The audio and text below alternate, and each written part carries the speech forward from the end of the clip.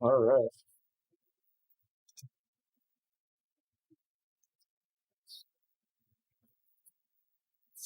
All right.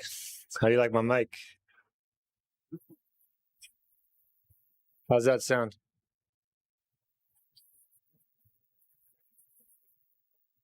All right, Instagram, give me some feedback. Can you hear me?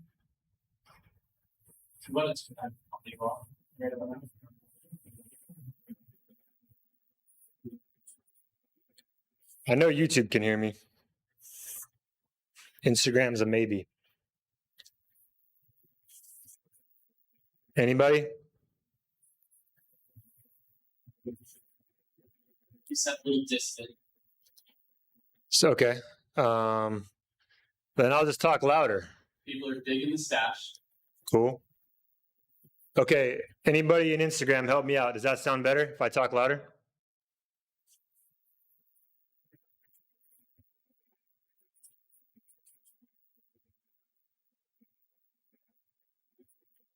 You said it sounds a little far away, so I'm wondering, is this working with that mic?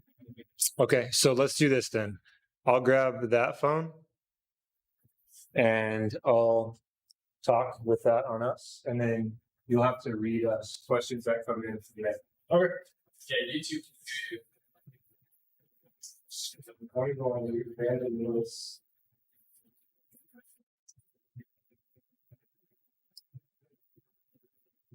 Appreciate the patience. Let's reverse this. Thank you for your patience. Is that better? Can you guys hear me okay now? We're trying to mic for two different platforms here, so it's a little bit tricky. We don't do this very often, but it's been requested, so we wanted to make sure that we do that. I've got some questions. Okay, they can hear me now. Great. Okay, so we're good. We're gonna let's get started. So I'm William Douglas, as you know. Right here we have Eric. If anybody doesn't know who Eric is, you should. He's my full-time employee. Eric is a really, really good, talented woodworker. And then we also have Casey. He's over here manning the ship. YouTube cannot see Casey, but he's right behind the camera. Casey is our newest apprentice. And he's learning a lot, having a good time, and he's helping us with a lot of things that we need help with. So we're happy to have him. And let's get started. So I posted a story yesterday. So this is where it gets difficult for me because I know I'm recording on YouTube and I feel like I'm ignoring YouTube and only acknowledging Instagram. So I'm going to go back and forth. So yesterday I posted a story saying that I was going to have this, and I encourage you guys to drop some comments, some questions for me so we can answer them, because we've had quite a few people ask for us to do this. So we'll start with that. If you guys have questions, go ahead and drop them in there, and Casey will try to catch them, or Eric actually will try to catch them. But we're going to start off with the ones that we had yesterday. So yeah, let's get started. Casey, what's the first question? Let's see. I'm gonna butcher some names, unfortunately, but give me a second. Preston Batman wants to know where you buy your wood. Preston wants to know where we buy wood.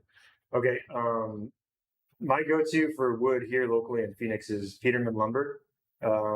Just because I have a long relationship with them and I like working with them. I know what I'm going to get. I know the type of moisture content that's in the wood that we're buying. I know what to expect when I resaw it, when I open it up. There's a lot of other places around here that you could get wood. I'm just comfortable with them because I've known them for a long time, and you don't know what you're getting when you get mixed in with somebody new and where their wood comes from. So Peterman Lumber is my go-to. But I know, Eric, what do you think? Spellman's? Spellman's is also a good place locally. We don't really work with exotics, but there are a couple of places that do have exotics around here. But yeah, for the most part, pretty much Peterman and Spellman's are our go-tos. Make sure you talk loud because we got this mic too. Hopefully y'all can hear me. So, all right, so that's that question. We're going to keep talking loud just in case somebody doesn't hear. All right, let's do plant-based happy. It says you should make plants available for a fee so we can make furniture and support. Okay, so plant-based Pappy said that we should sell plans so that you guys can support us. I appreciate that. Thank you very much. We do. We just got started though, so we only have one set of plans out there. But you can buy some templates for us for our chairs, and yeah, we'll continue to do more. Great. Dean on YouTube says, I like the use of the rock bench cookies for toasters. I think that's Chris. What's up, Dean? That was Eric. All right. Okay, Bubble Wood Shop. What's the balance you try to find between finding a very specific client and your individual artistry? Okay, yeah, so that's a good question. I can only think of one, maybe two clients that I've dealt with that really have a clear vision on what they want, and they're not looking. They didn't come to me for what I do. They actually came to me for just execution, not design. I think that's kind of what you were hinting at there, and to be honest, I let them drive design wise. So one specific guy I can think of is a local coffee shop that we do stuff for. He knows what he wants already. He doesn't need any help with the design process.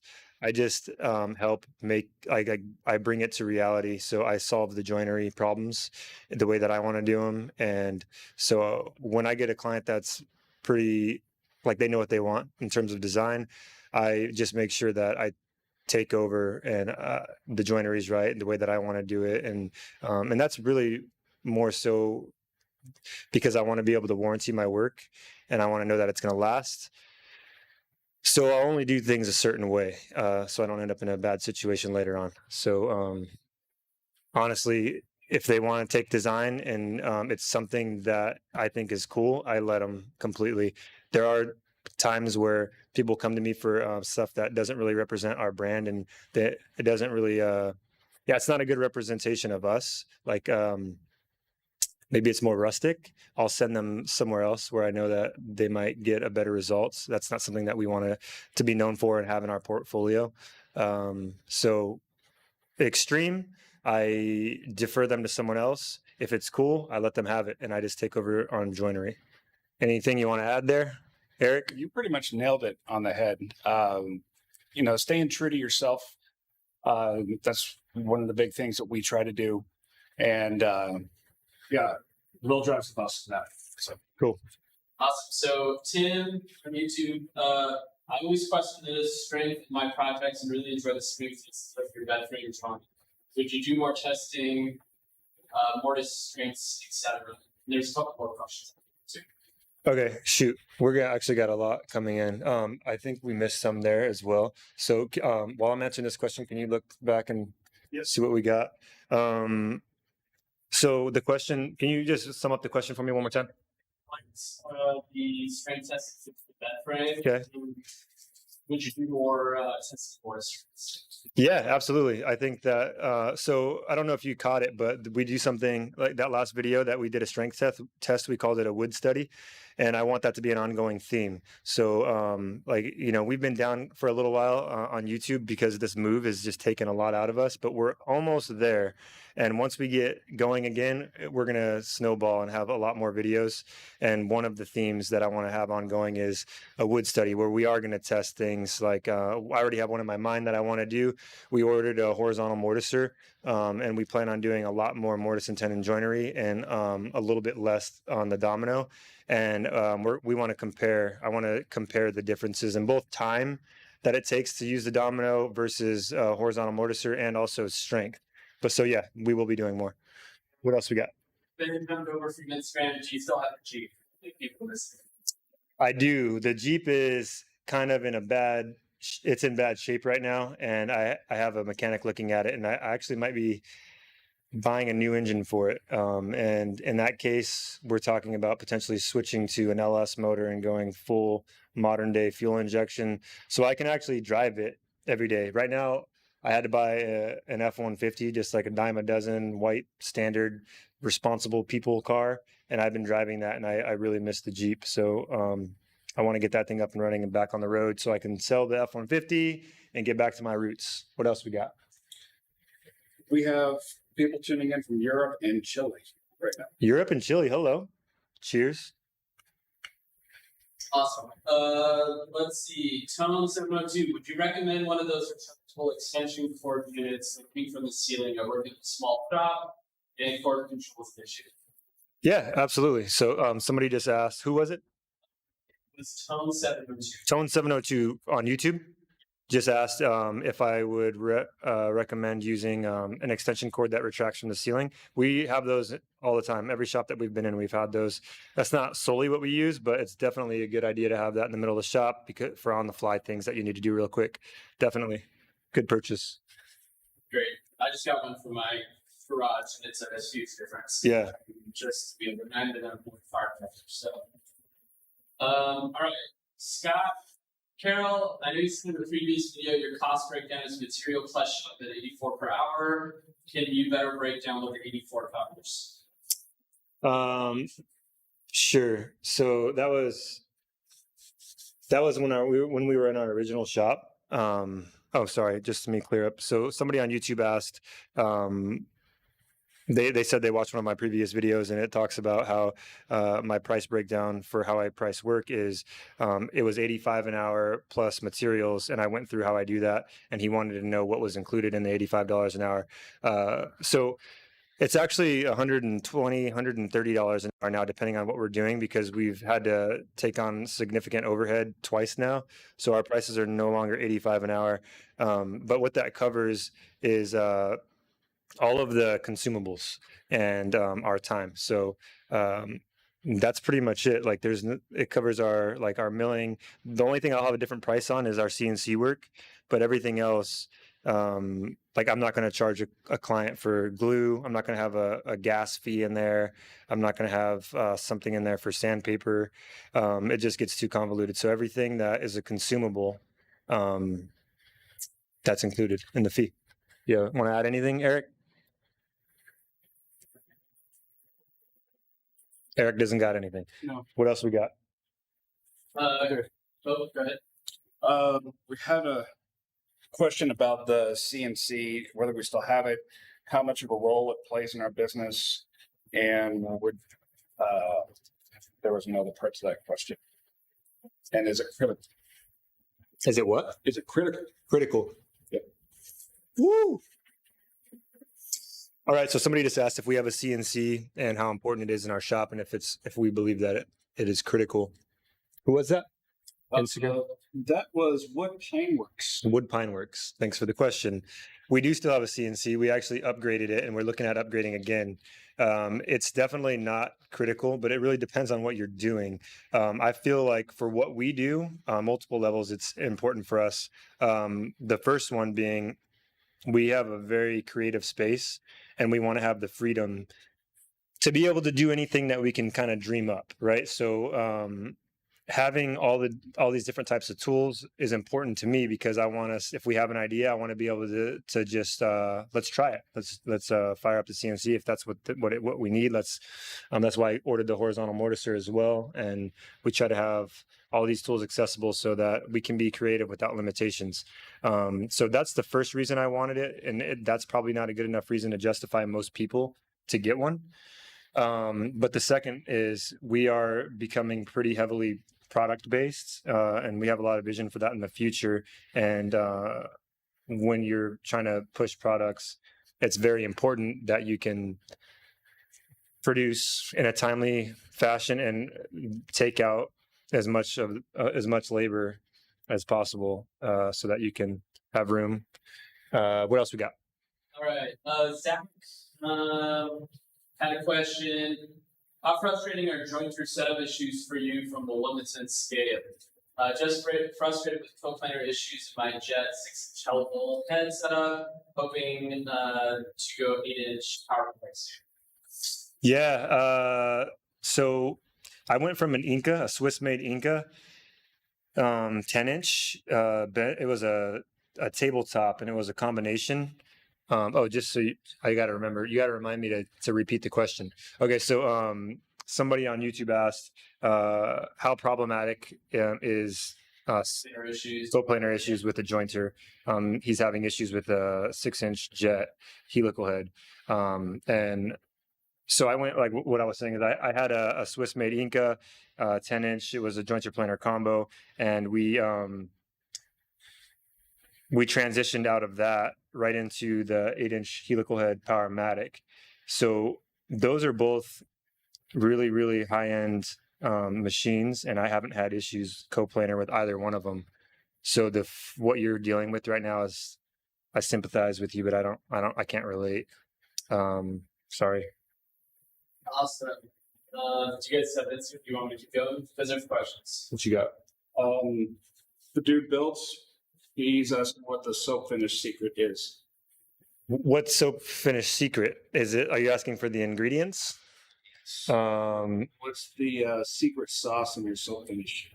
The secret sauce. There's a little bit of mustache sweat from a long day's work that I drip in every single one of those, and it has healing powers to the wood. It helps seal up the grain, the pores. But yeah, all the other ingredients are listed on the can. It's good shit. You should try it. Got people from Ireland. Keith is wondering, are you busy building furniture? Keith from Ireland. He wants to know if we're busy building furniture. He's from Ireland, but somebody's from Ireland. Somebody's from Ireland, and he wants to know. Okay, so yeah, we are definitely busy building furniture to the point where pause due to poor connection. Okay, are we good? Pause for a second. Okay, so yeah, moving into this new shop has taken a lot away from us, and we have a lot of stuff on the backlog. And as you guys have seen, we take some pretty difficult projects. So we're not taking a lot of work anymore. So there's a lot of people that approach us that want us to do custom stuff for us, and we're turning a lot of people away because we need to get caught up. First and foremost, I want to get the shop open. We're gonna have a grand opening here, and we're gonna launch a large array of classes, and we're gonna start teaching a lot more. So that's my main focus. And Eric here has been holding down the fort, wrapping up projects that we have been working on. And, that includes these doors behind me, really sweet doors. They're going to have some glass in them, and also a table and 12 chairs. And I think there's more. All right. You want to go? Let's try to alternate. What you got? So the custom maker is asking about the next meetup. That probably should be the grand opening. Yeah, the next meetup will be the grand opening. I don't have a date yet because I'm not sure how fast I can get the space ready. I'm hoping 4 weeks is the hope. I'm hoping we'll be open in 4 weeks. And then what are we drinking? I'm drinking some Bullet Rye and Samuel Adams beer. So Non-alcoholic beer. real quick, Ben Spectrum Furniture just donated £2. Whoa, you can do that? Or €2 maybe? Yep. I guess. Dude, thank you for the donation. I didn't even know that was a possibility. Okay. Nick has a question. Have you dealt with unpaid customers, and how do you deal with such issues? No, I'm sorry that you're dealing with that. I know a lot of contractors that are going through that or have gone through that, and it really sucks when they take advantage of you like that, especially if you delivered on what you were going to do. But I've never had that before. Are they taking 50% down? Yeah, that's a good question. So when I start a project, my terms are I don't know if this. I didn't repeat it again. So somebody asked me on YouTube if I've had problems with customers that don't pay, and I was saying that I have not. One thing that I do is I require 50% down, and if materials are really high, like if it's teak or something that's abnormally expensive, then I require more than 50% down, and the remainder is due upon delivery of the product. So when I deliver a piece of furniture, I'm leaving with a check or cash, otherwise they don't get their furniture. That's how you should run it. Right. Any on your end, Eric? Go ahead. Right. Snack Rob. You guys do a great job with your channel and Instagram. I look forward to any good content. There should be 10x the subscribers. You have good things. Ooh, thank you. Experimental projects on the horizon. Yeah. Dude. Was that a question? Yes. Do we have any experimental projects? Oh, they're endless. We have somebody asked if we have any experimental projects on the horizon. That's something that we have an abundance of, and I think when I really start doing that, it's usually me, and I have to try to keep some time open because it gets sucked away pretty quick if I'm not paying attention to that. But yeah, we definitely have a lot of things on the horizon, a lot of fun stuff that we want to do, and we're going to do. So this is just the beginning for us. Good stuff coming. Great. Taco, can you recommend one CNC project that sells? Is that like asking me what product he should make to sell? Yeah. Just says, can you recommend one CNC project that sells? Sure.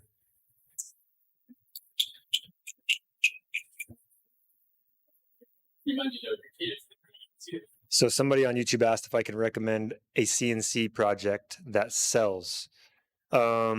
So when I make money off of my CNC, typically it's somebody coming to me with a file and they just want me to cut it for them or engrave something for them, or it's a product that's already developed or designed, and I'm finding a way to make it on like a production scale. So I'm building jigs and figuring out fixturing and stuff like that, or we're doing that for ourselves. Like for us, probably our most lucrative thing that we produce that we sell on the CNC machine is our templates, because it's intellectual property primarily, but it's MDF and we can CNC it very fast. We have everything figured out. Everything's nested as tight as it can be. Our packaging is figured out, which we also do in house.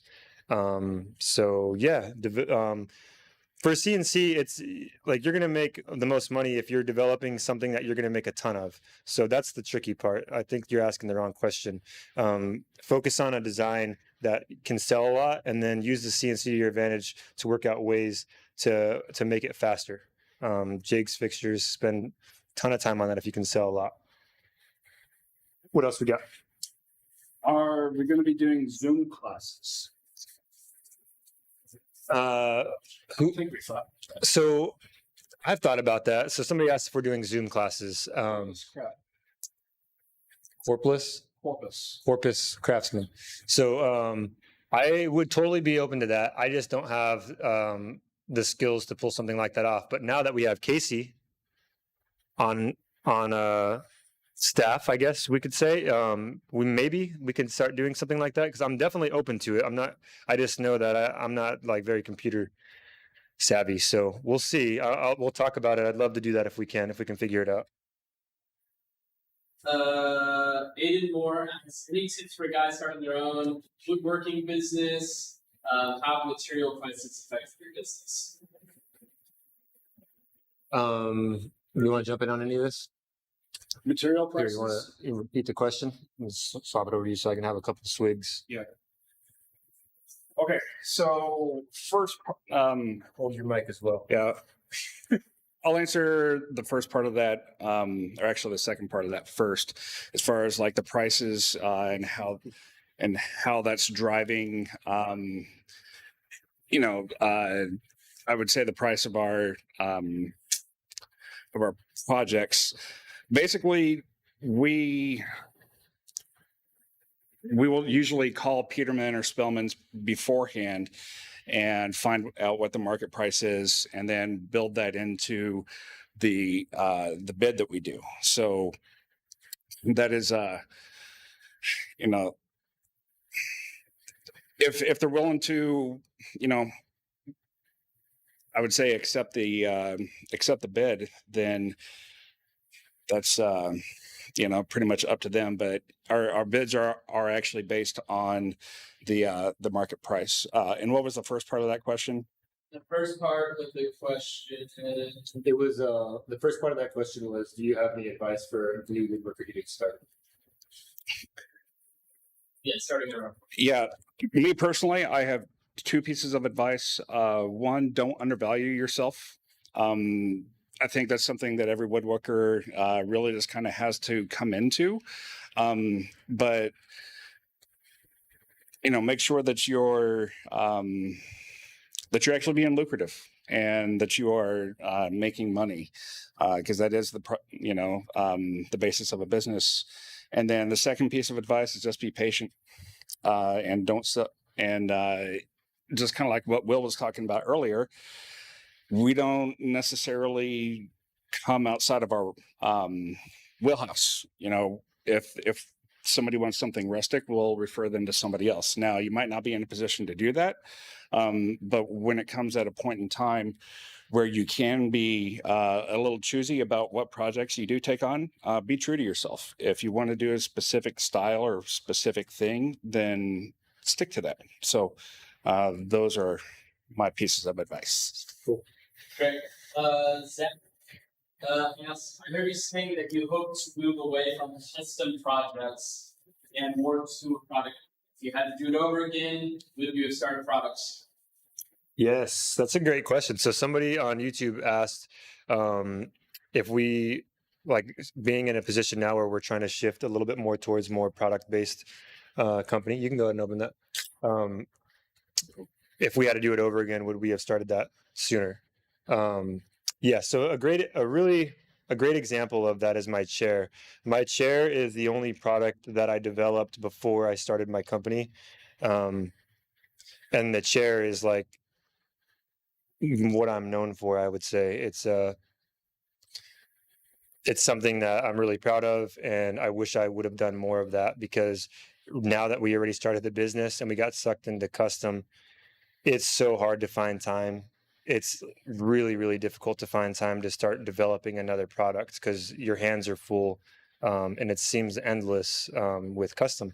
So, yeah, I wish I would have spent more time developing products. Awesome. Sean Alpers, do you follow any other woodworking makers? Who and why? That's actually a really good question for Eric, because I only follow dead guys. Repeat it.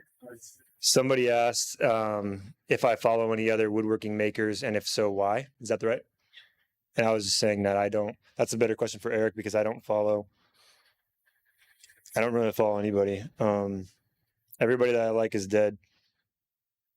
Sam Maloof, Hans Wegner, James Krenoff. So I kind of just, and there's also a little weird thing about me that I don't like to look at too much stuff, because I feel like it affects me and my designs and what I'm doing. So I kind of like to stay away from that in my own creative space and see what I can come up without any influence of anyone else. But here's Eric for that.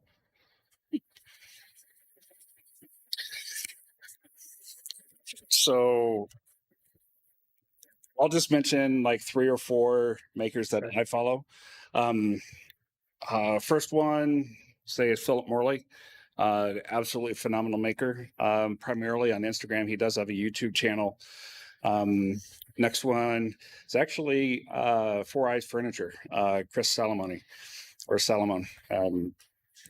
He does some really fantastic stuff, in my opinion. Another one for very creative side and very nice take, what I believe, is Michael Alm. He's out of Seattle. And yeah, I'll just stop there. I'll say that those are my 3 go-tos, along with this dude. Cool. You got any Instagram questions that we want to catch up on?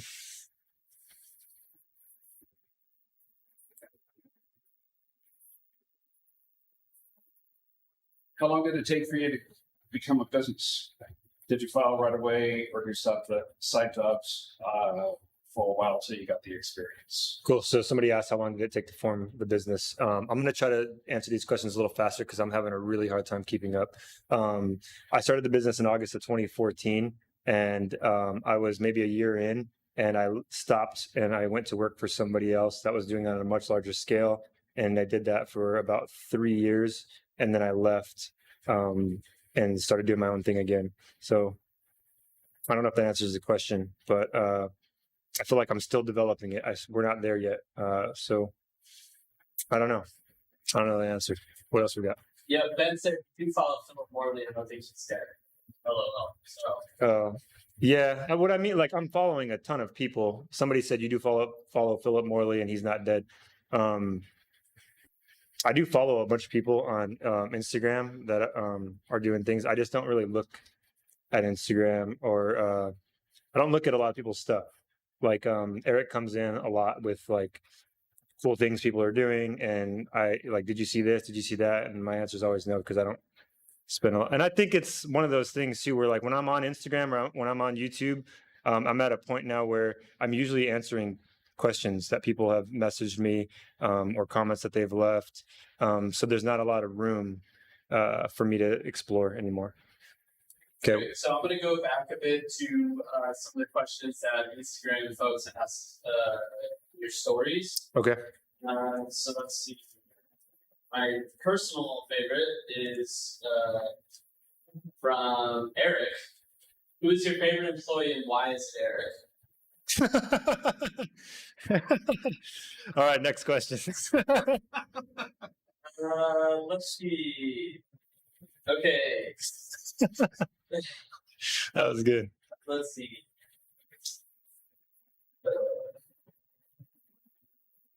Okay. Andrew Roberts asks, do you prefer making or teaching? That's a great question. Andrew Roberts asked if I prefer making or teaching. I prefer making. That's a hard one. I sound very sure of myself, but and I think the reason being is because I don't get to do it very much anymore. A lot of that time has gotten taken away since we've started the business, and I do get to teach a lot. So I'm just kind of missing making a bit, being able to sit down and get creative with designs and make mistakes and try out new things, play with proportions. I don't get to do that as much as I'd like, not even close. So that's my answer to that one. Niche Products LLC. Any collaboration projects in the future?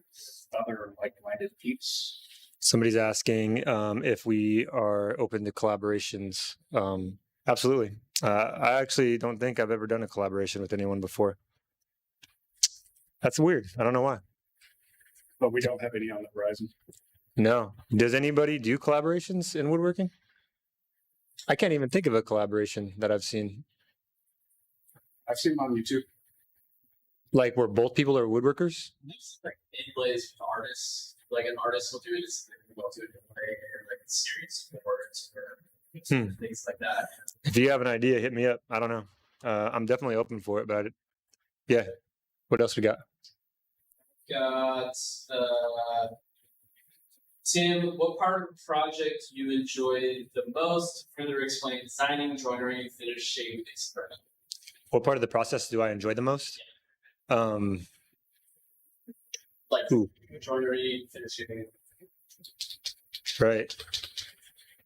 Definitely not finishing. This is going to be a process of elimination.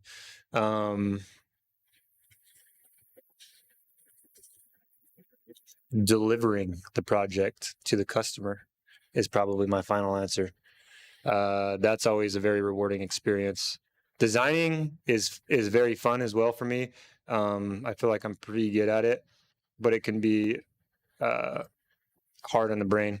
And joinery is really fun. I really love doing joinery when I can put on some headphones and zone out and just spend a couple hours just working with hand tools. I love that too. So it'd be probably between, those are my top three: design, joinery, and delivering the product. What do you look for in partnerships? Vendors or employees / apprentices? That's what the difference. The dude builds asked, what do we look for in partnerships, Yes. employees, and apprenticeships? And vendors. And vendors. So I'll take the vendors kind of as a sponsor, because we don't we don't have a retail space. So our sponsors, I have a lot of people approach me for sponsorships, and I only work with people that we already have in the shop or plan on getting. So Tormec's a perfect one. Tormec was our first sponsor, picked us up really early. And I had a Tormec for years. And then I've had a lot of other companies reach out wanting me to rep them, and I won't do it if it's not something that I can stand behind, because I like to be transparent and honest with my audience. So that's the vendors one. And then apprenticeships. Whenever somebody reaches out and wants to be an apprentice or an intern for us, there's always an interview process, and I want to see how they would fit with the team. So I feel out their personality, spend some time with them, and then if that works out, sometimes it's timing too. So if we've had an interview with you before and you didn't get a call back, it's probably just because of timing. But there's timing there, and there's the way that you fit in with the group, and attitude, and reliability is huge. And for what was the last one? Employees. I have one. He's right here. That's all I need right now. What else we got?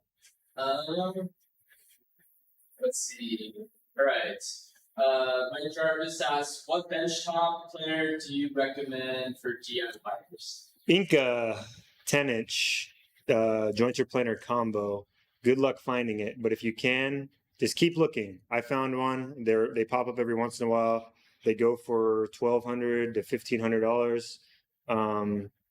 It'll do you solid for a really long time until you're ready to make the jump. I used that for several years, and also you can reach out and get a helical head made for that. It's just a little bit of a process, but it can be done. Oh, sorry. Somebody, what I was just answering is what I recommend for a tabletop jointer planer for the DIY person. Okay. All right.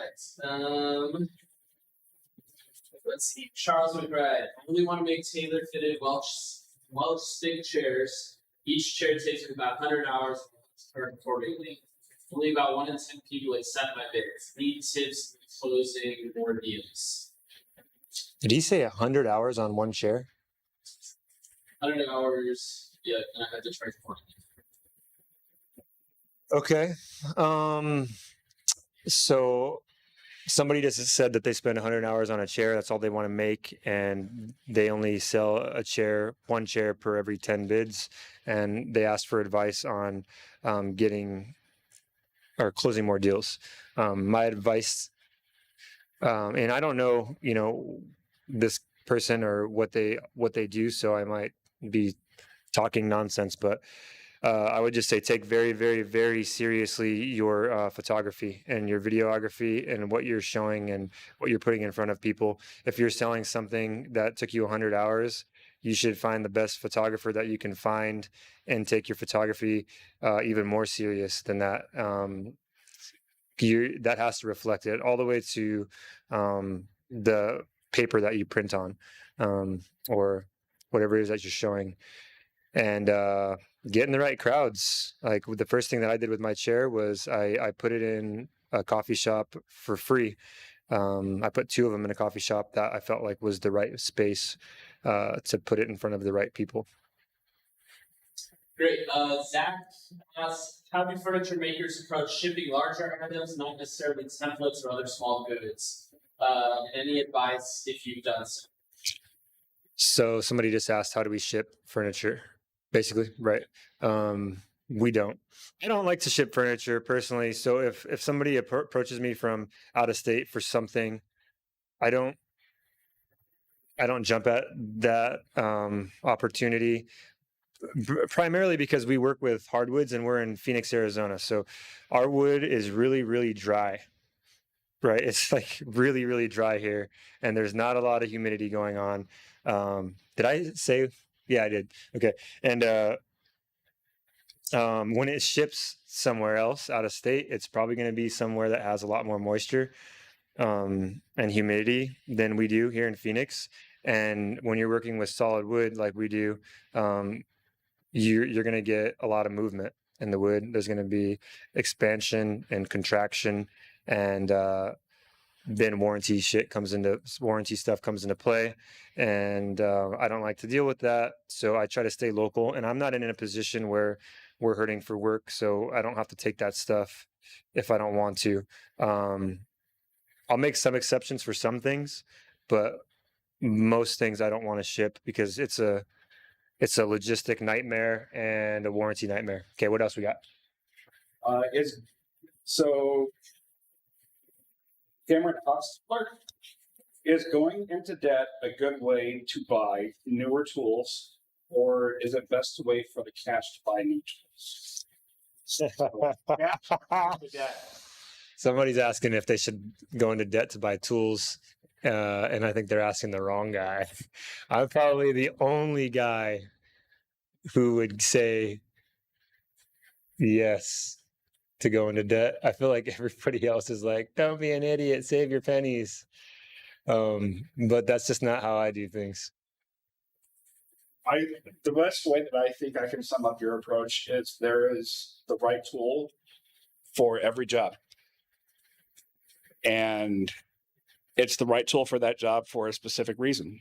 And so whenever we need that, or if that is a need that we have, then Will is willing to make that investment because it's going to be something that we're going to use in the future. It's always a decision of, yeah, it's going to help us on this one job, but how is it going to help in the future? If it's a business need and you can justify it and you're okay with doing that, then that's awesome. If you're a penny pincher, that's awesome too. I've seen people go as high as I've seen, based on both approaches. So it's up to you. All right, we got quite a few questions coming in. We only got like 15 more minutes too, so. Yep. All right. So Danny wants to know, where's the red camera and going to main camera from now on for YouTube videos? I think people want to know, since you got the red camera, when are you going to start making YouTube videos? Sure. Yeah, that's a great question. So somebody asked, when are we going to start putting YouTube videos up with the red? Immediately. So I've already started filming with the red. We just did a kind of a commercial for Harvey for a dust collector, and that was shot partially on a red. Some of it's going to be partial for a while until I really get the feel for it and get really comfortable with it. So I'm kind of winging off the R5. But also the R5 does photos and the red does not. So the R5 is always going to be around, but the red is going to completely take over as soon as I'm really comfortable with it. All right. Great. What is your favorite wood to work with? Filigree, yes. Phil asked, what is my favorite wood to work with? Everything good? I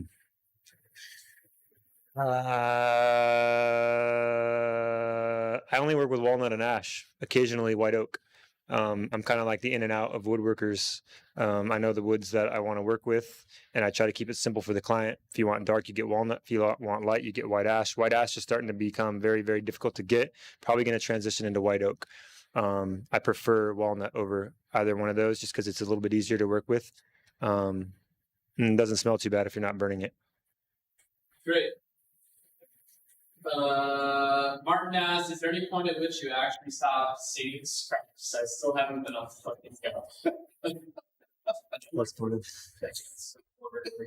This is a great question for Casey. Casey's experienced my the way that I handle scraps. What would you say, Casey? And I'll repeat. Seeing as how I took all of your scraps home and now I don't know what to do with all the scraps and have the same exact problem. There was somebody who basically simply just recommended if the piece of scrap wood isn't larger than your hand, throw it away. And I think that's actually good advice. Yeah, so I might throw it away if it's not as large as my foot to my knee. Yeah. Then I'll probably throw it away, and even then I might throw it away. We go through so much hardwood that if we kept scraps, it would just take over the shop. So I throw away a lot more wood than I think most people do, and a very minimalistic woodworker. So I'm okay with that. All right, what else we got? How many hours? This is bought by a price. How many hours do you spend on your Kodi 3 chairs? How many can you build in that time? Sure. Okay, that's a good question. So I've never had an order larger than 12 chairs. Somebody asked how long it takes me to build the Kodi 3 chairs.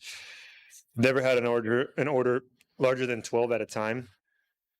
And we have made a ton of them, so we've refined it quite a bit. And right now, the going time it takes to do a Kodi 3 chair is I make them in a set of 2, and it takes 40 hours. 40 hours to make 2 with all of our jigging and all of our sleds that we have figured out. Great. All right. Mike asks, "We're doing budget router bits for DIYers." Ooh, that's a good question. I have a really good answer to that. It's in that package right there. Can you read me the brand? I don't. They actually reached out to me and asked me to if they can sponsor me, but I didn't want to because, yeah. How do you spell it? I would catch it, but my hands are full. ZOK. ZOKMOK. So these are very inexpensive flush trim router bits. I like to buy them in a pack of 4 because they're 4 different lengths with the bearing on top, and I use them and then I throw them away because they're so cheap. And yeah, we were actually using them today, and they're excellent. I like them a lot. They just don't last very long.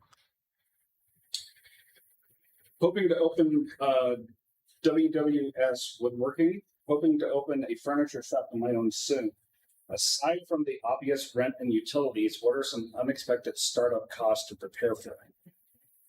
The costs are endless. So somebody just asked. What are some unexpected costs to be ready for in opening their own business, woodworking business? Yeah. Is that right? Yeah. I mean, I'm just thinking what's going through my head is the shop move that we just did. One of the things that I didn't think about, I mean, I'm not in the position to actually have that as my job to think about it, but all the deposits that you need for utilities, water, electricity, and all that stuff, as a small business, more than likely, you're probably going to be in a commercial space. So you're going to be charged commercial prices. And so deposits are, at least in our area, they're outrageous.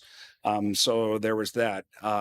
In setting up a shop, electrical, getting all of your wiring done, making sure that it's all done right.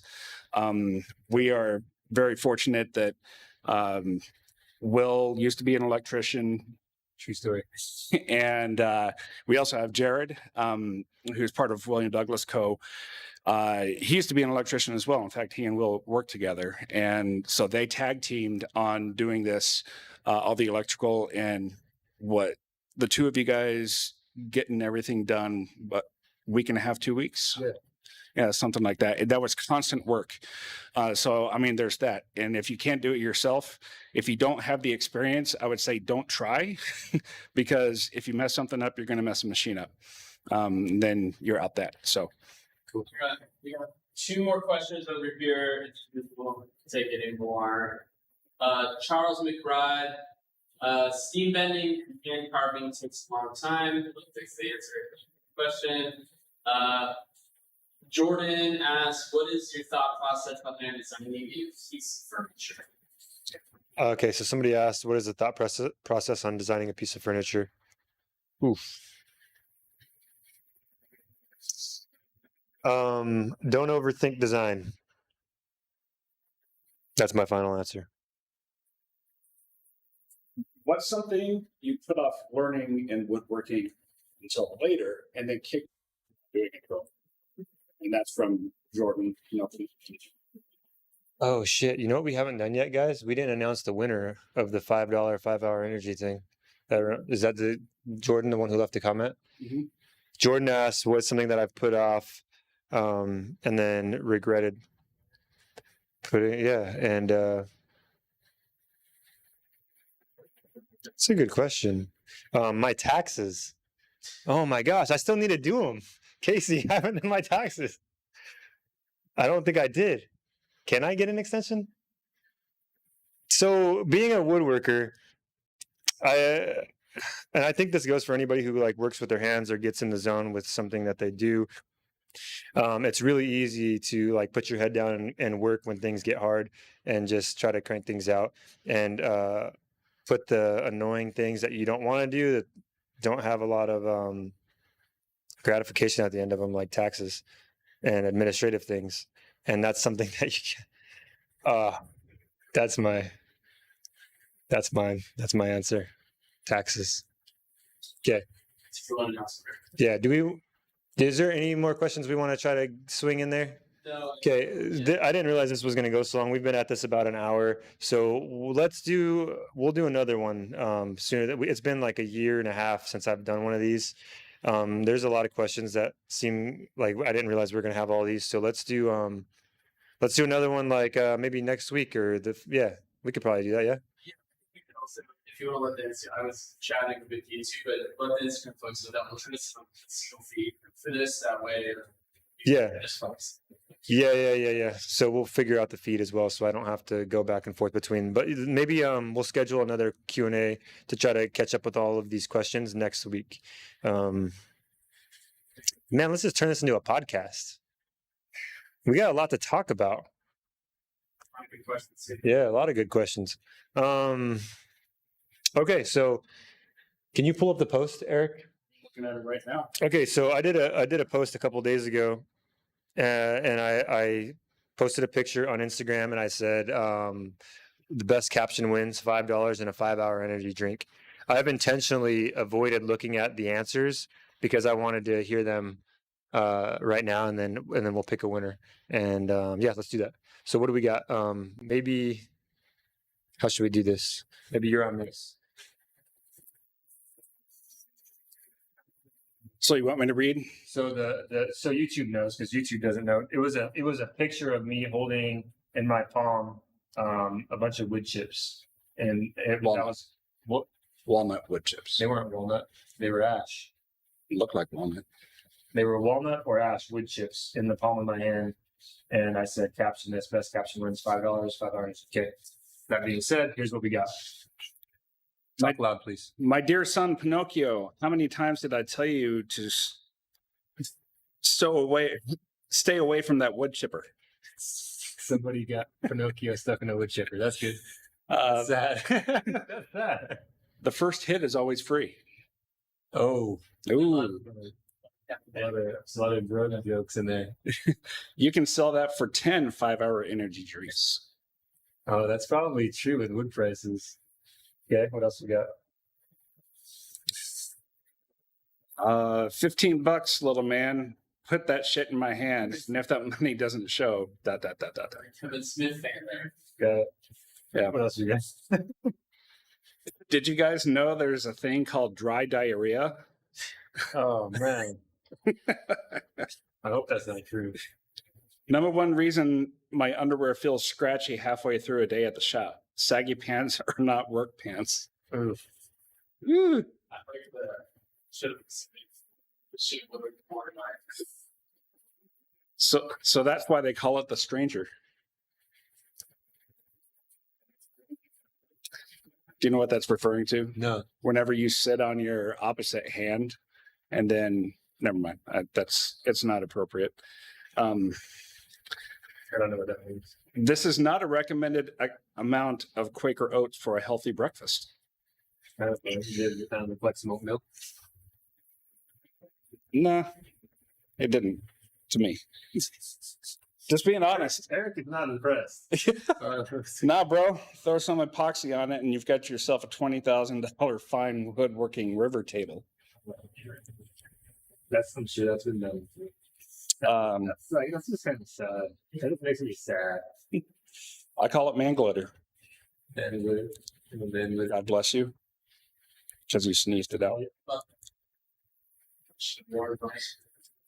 Dust mask in there, cough up. I should have invested in Bitcoin.